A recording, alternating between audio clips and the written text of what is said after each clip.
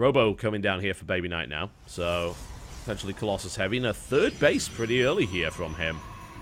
Alright, so he sees the CC first. He sees the Marines, and he's like, you know what? I don't think you're going to do anything. I think you're just going to sit back and macro. Which is interesting because he never went up the ramp, so he actually has no idea what's in the opponent's base right now. But he is taking a very greedy third base, and he's taking it where I thought he would. And there's a Twilight following this up as well. Okay. Let's see. So we're going to see an Observer first. Doesn't really need an Immortal out just yet. Nothing to really fight with it. We'll see if he decides to go straight into Colossus. What's his gateway count up at right now? It's actually just... I was going to say it's just 1. He's adding on 2 more right now. I mean, 1 gate Robo is not unusual. 1 gate Robo, hey, he has a third base in the Twilight Council. That's a little bit more unusual. I'm really interested to see what he does with this. Because he doesn't really have enough gateways to go like mass chargelet style at this point. He's going to go Blink. Alright. Seems like a reasonable option at this stage. Currently, again, it's a Marine exclusive army. No Marauders whatsoever. He does have 1 tech lab. In fact, 2 tech labs, so he will be able to build those. He's just finished up a little bit of research right there. Now he's going to kick into combat shields, and Stim is almost done. I'm going to see some medevacs coming out here immediately, and it will be an Immortal to follow that one up as well. Alright, well, there's nothing wrong with adding 1 or 2 in there. They're certainly good units. And since he's pretty low on gateways right now, he does need the ability to actually spend this money. Especially now that this third base is up and running. He's going to have a ton of cash. He's going to have to spend it pretty efficiently. And right now, he doesn't, I think, have the production facilities to actually do that. He's certainly going to be able to pump out a lot of Stalkers, but it's only from 3 gateways. There's the 4th one going down. Second Immortal to follow this one up as well. And Luciferon is just doing nothing at the moment. He is sitting back and happily macroing and upgrading. He's got his +1 on the way here. Stim is now done. He's got a couple of medevacs out, so it looks like Luciferon will try this initial poke here. Combat shield will finish by the time he gets there, so this is a decent timing for him. And he's going up against the Baby Knight that doesn't have a lot of units, but Blink probably isn't going to be finished when this hits. In fact, it's very unlikely, unless it gets chrono boosted heavily, which it currently... There we go, now it's being chrono boosted. It might finish, but it's looking unlikely at this stage. So, we are looking at a very small Baby Knight army, but it does have a lot of sentries in it. So, if he is able to force field this off, it should be fine. Where's the Mothership Core? It's a good question. It's over there. Alright, so it's in a good spot. And Luciferon smells it. He goes up to scout. Is there a third base? And he sees it. And down goes the photon overcharge. And firepower is coming in here as well. There's not enough Marines, really, to push this, I don't feel. But he thinks there is. Let's see. What are these Zealots doing? Not an awful lot, as it turns out. He needs to get units up there. And there's the Blink looking to try and pick off a medevac here, but it's going to turn around and smash that Stalker. Oh, force fields, not good. Not good at all. 4 overlapping force fields to catch 2 Marines. It does keep the Nexus alive, and there were certainly a lot of sentries there, so it's not the worst thing ever, but he wanted to catch more of that army, and he wasn't able to do it. Now Luciferon with a smaller force, but reinforcements streaming in. He's pulling SCVs already. Wow, that's almost his entire economy that is just pulled off there. As you can see, very little saturation here. He pulled half of his SCVs with this attack. And he wants to do it before there's any area of effect. I mean, there's no storm. Colossus are not done yet, so this could be very, very effective here against Baby Knight. This could be a short one. Force field's much, much better this time around. He's not able to stop the SCVs from getting into the fray, though. If he'd had 1 more force field, maybe this would have been better, but Luciferon is going to absolutely destroy this army. There are far too many SCVs. Down go the Immortals as well. Looks like this is going to be a pretty short game. Taking fire from the photon overcharge here, but that's not really too much of a problem. The probe's coming off the line here as well. Down goes the natural Nexus. Baby Knight trying his best to make Blink micro work here, but the Marauders with Concussive Shell are making short work of that, especially with a +1. There is very little left army-wise, and this Immortal's certainly not going to finish either. Colossus Den is up, but it's not going to help him. And Luciferon is now free to kill whatever he wants. Powers down 2 gateways, powers down 2 forges. Research isn't done yet. Baby Knight in a huge amount of trouble. Not really able to re-establish. 2 gateways are not going to finish either. These probes just getting gunned down mercilessly. Luciferon does not care. Smashes his way through here. And this is going to be a pretty swift 2-0 here for Mousesports. Luciferon saying, you know what? I still got it. And I don't disagree. That was a pretty well-timed SCV pull, correctly identifying that his opponent didn't actually have the area of effect to properly deal with that. In come the reinforcements from the back. Baby Knight getting smashed to pieces here. Decent Blink micro, but it's not enough to save him. GG. And Luciferon takes his team up 2-0. Strong attack. We've been seeing a lot of SCV pulling from Terrans, especially on 2 bases lately. It's a good, solid timing. It works very, very well when you know your opponent doesn't have Storm, doesn't have Archons, and it doesn't have Colossus, which was exactly the case. Blinkstalker will not help you against that army. Immortals really will not help you too much against that army. I feel maybe the game could have gone a little bit differently with better force fields, but even then, it would have been difficult. Even then. It was not the best place to fight, and letting those SCVs through to get in contact with all of those units without the area of effect to clean them up quickly is just a nightmare. Nicely played there by Lucifron. Very good. Alright, well, Mousesports is currently leading 2-0, and Millenium reeling a little bit. Let's see who they send out next. We'll find out in a few short minutes.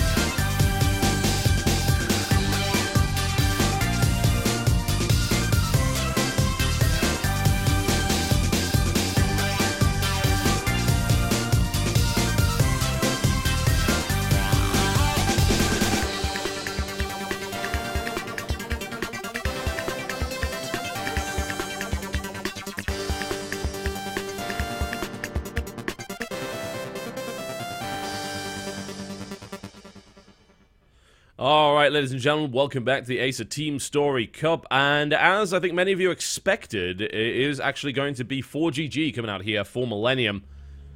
Definitely not a big surprise. 4GG's win rate against Terran right now is sitting somewhere between 77 and 80% in competitive play. It is very, very high. That is something that Lucifron is going to be struggling with greatly. 4GG is definitely the favorite in this matchup. They will be ready in approximately 3 minutes, and then we will rock it out on Star Station.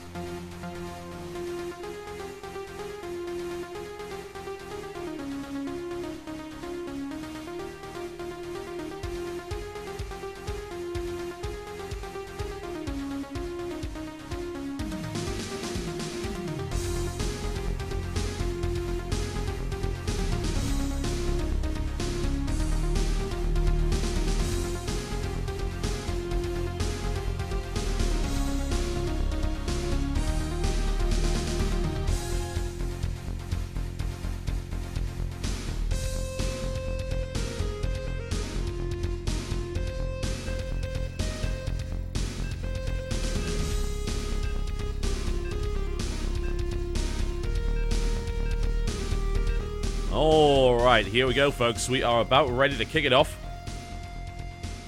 Star Station will be the map, as I mentioned earlier, and it's going to be 4GG versus Lucifron here. Man, if Lucifron can beat 4GG, that's pretty much the toughest opponent he's going to come across in Millenium, I feel. He's already doing pretty damn well for himself, so let's see what he can do. Because he's got to go up against this guy, and this guy is a TVT Titan. In the red trunks, playing Terran to the southeast position for Team Millenium, it's 4GG. Versus his opponent, up to the northwest position in the blue trunks, also playing Terran, currently leading for his team 2-0 in this best-of-9 team series. It is Lucifron.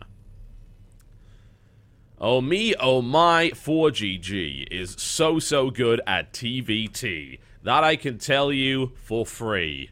He's ridiculously good at this matchup. Very, very dangerous. I would say he's one of the best TVTers in the world right now. There's no real question about that. His versus Protoss is looking pretty good as well.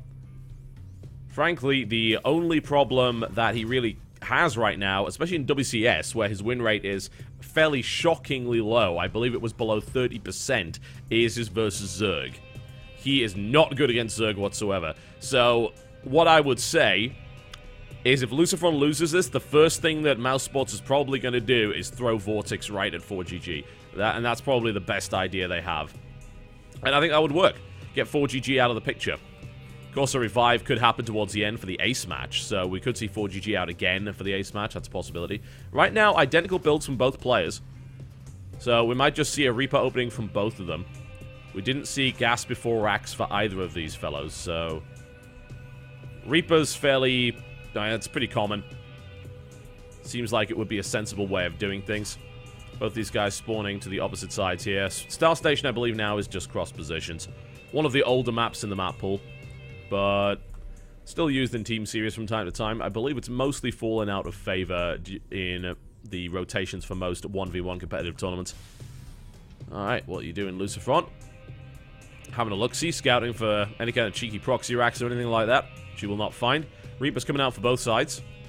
And a wall-off, of course, for both sides will happen as well, so we are definitely seeing mirror builds. But now the deviation. 4GG takes a second gas. Very early on. This usually can only mean one thing. And that's that he intends to go for a Cloak Banshee play. Bit more popular now. Cloak costs less. It's 100-100 now instead of 200-200, if I recall correctly. So, Cloak Banshee play would work pretty well. Works very well for players with good control, certainly. The risk is, of course, that this gets scouted. It's a Reaper opening from both. We'll see. 4GG... It looks like they're going to actually pass here. So, 4GG may be able to delay or kill off this Reaper. Alright, Reaper duel, and Lucifron immediately chickens out. This is great for 4GG. This means Lucifron is not going to be able to scout, at least not for a little while. Lucifron looking around and 4GG deliberately intercepting him and keeping that Reaper back. Now, I wonder if Lucifron suspects that there's any nonsense coming behind this. Possibility. Factory goes down here. It may not be. It could be something else. But it is pretty likely to be Cloak Banshee. There's really no reason to grab that gas so early, if not. 4GG with a second Reaper. Lucifron with a second Reaper as well. So right now, Lucifron's forced into a defensive posture with these Reapers and isn't actually able to scout his opponent. He has no idea what his opponent's doing. Here comes Tech Lab. Yep, it will be Cloak Banshee, almost certainly. And this is great for 4GG. It's like, hey, I can kill you SCV and delay you. This is wonderful.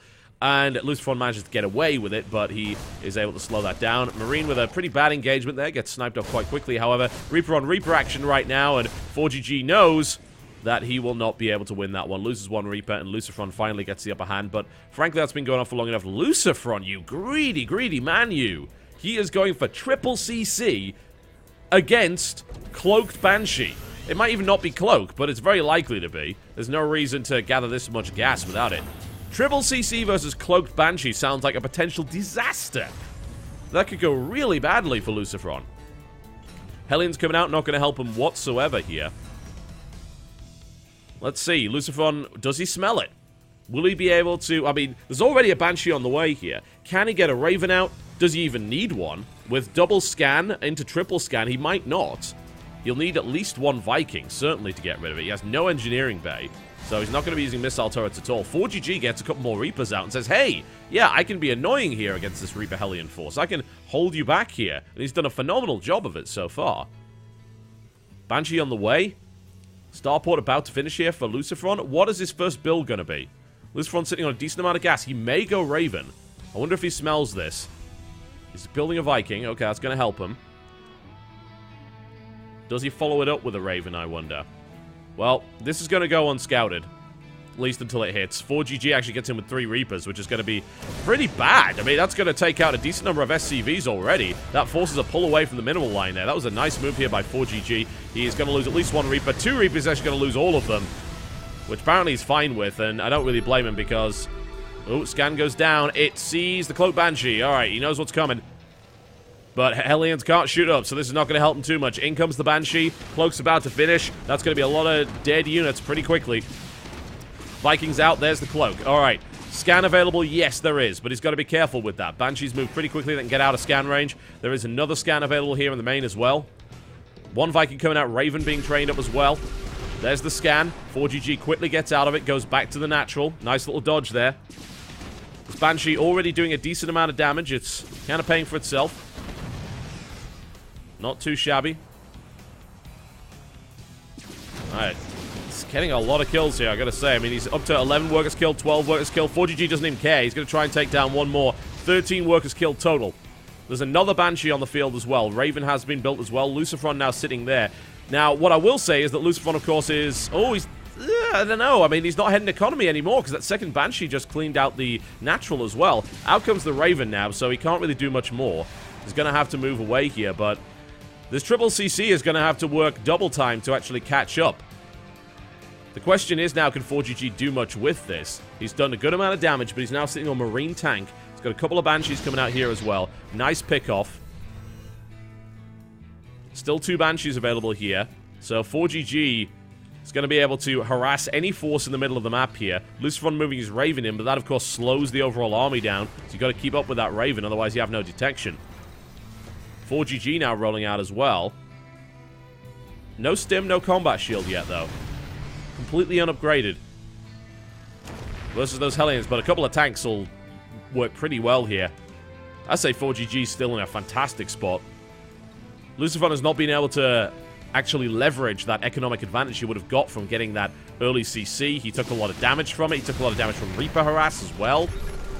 Lucifron with a Banshee, a Cloak Banshee of his own, in fact, which will force scans out of 4GG, which could be painful only on 2 CCs. That's definitely going to delay this army, so that's a nice little play here. Lucifron still looking for an angle, but with 2 tanks and Banshees in the mix, it's not going to do much. And 4GG's decided, you know what, I'm going back home. That's it. That's enough for the time being. So this game is kind of stabilized. Lucifron's getting his own Cloak Banshees out. Scan comes in here. Lucifron looking for an interception, is not really able to get it.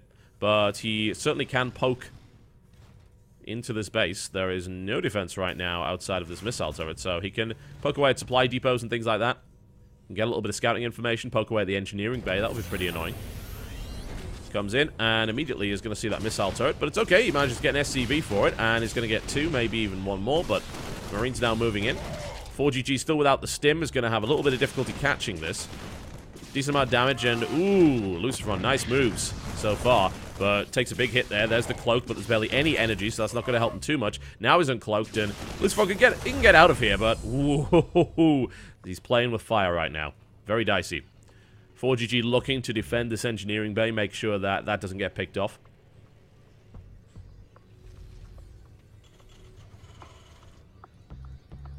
Pretty nicely done so far.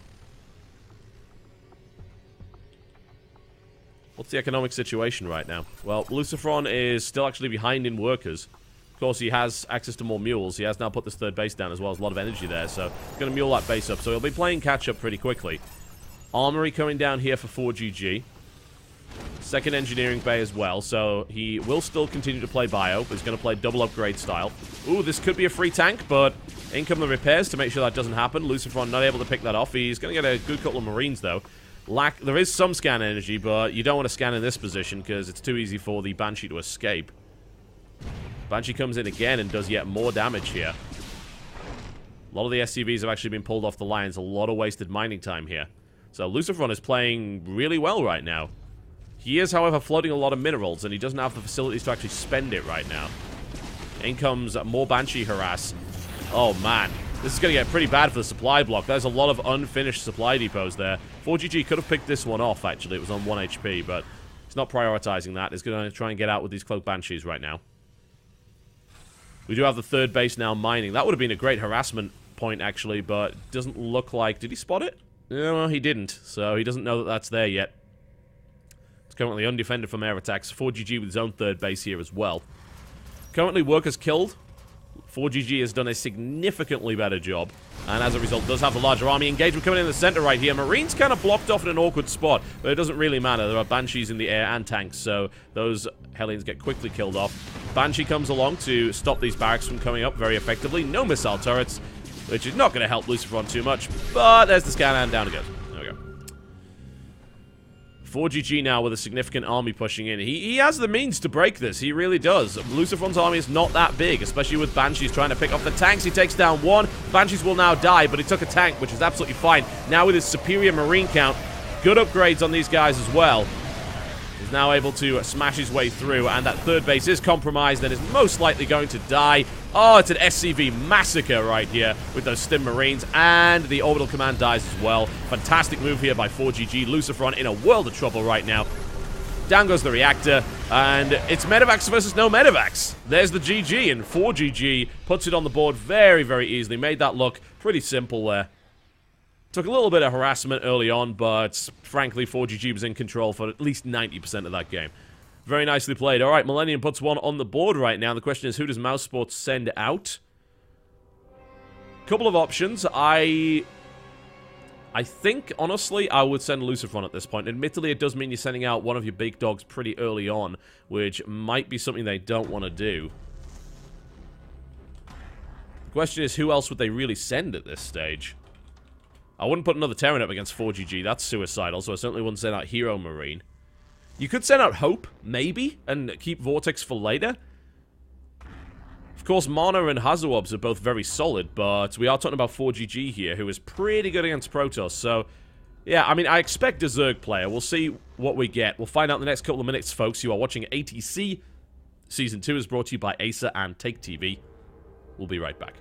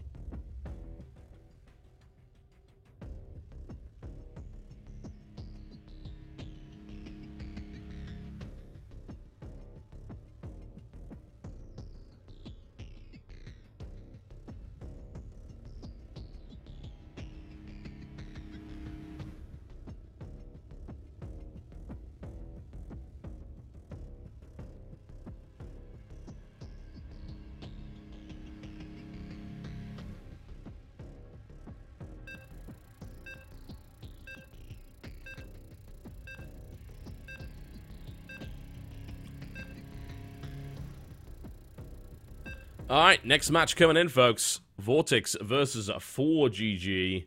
Kind of to be expected, I think. That seemed like the best option to pull out at this stage, so...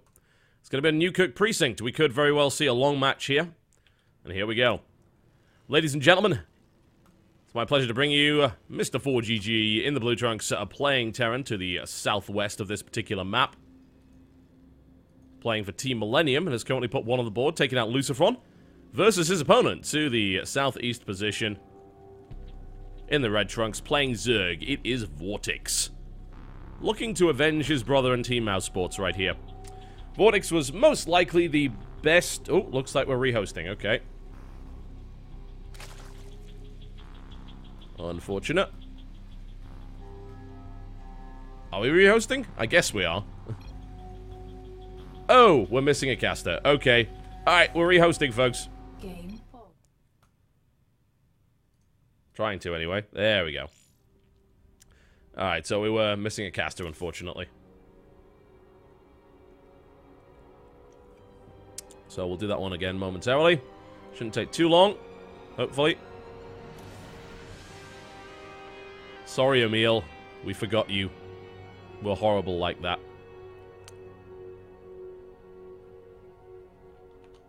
Now, for those of you who watched GSL last night, oh god, what a pretty cool set of series that was. I had a lot of fun watching that one, I gotta say. Flash, unfortunately, taking a nasty, nasty loss. The Parting just played so well, I've gotta say. It was really cool to watch.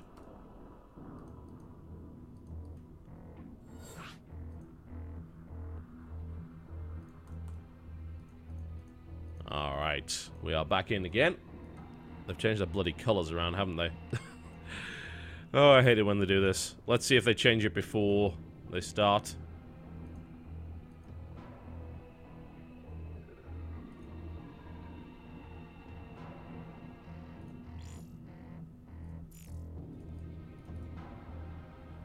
You gonna change your colours? You're not gonna change your colours, are you? Ugh.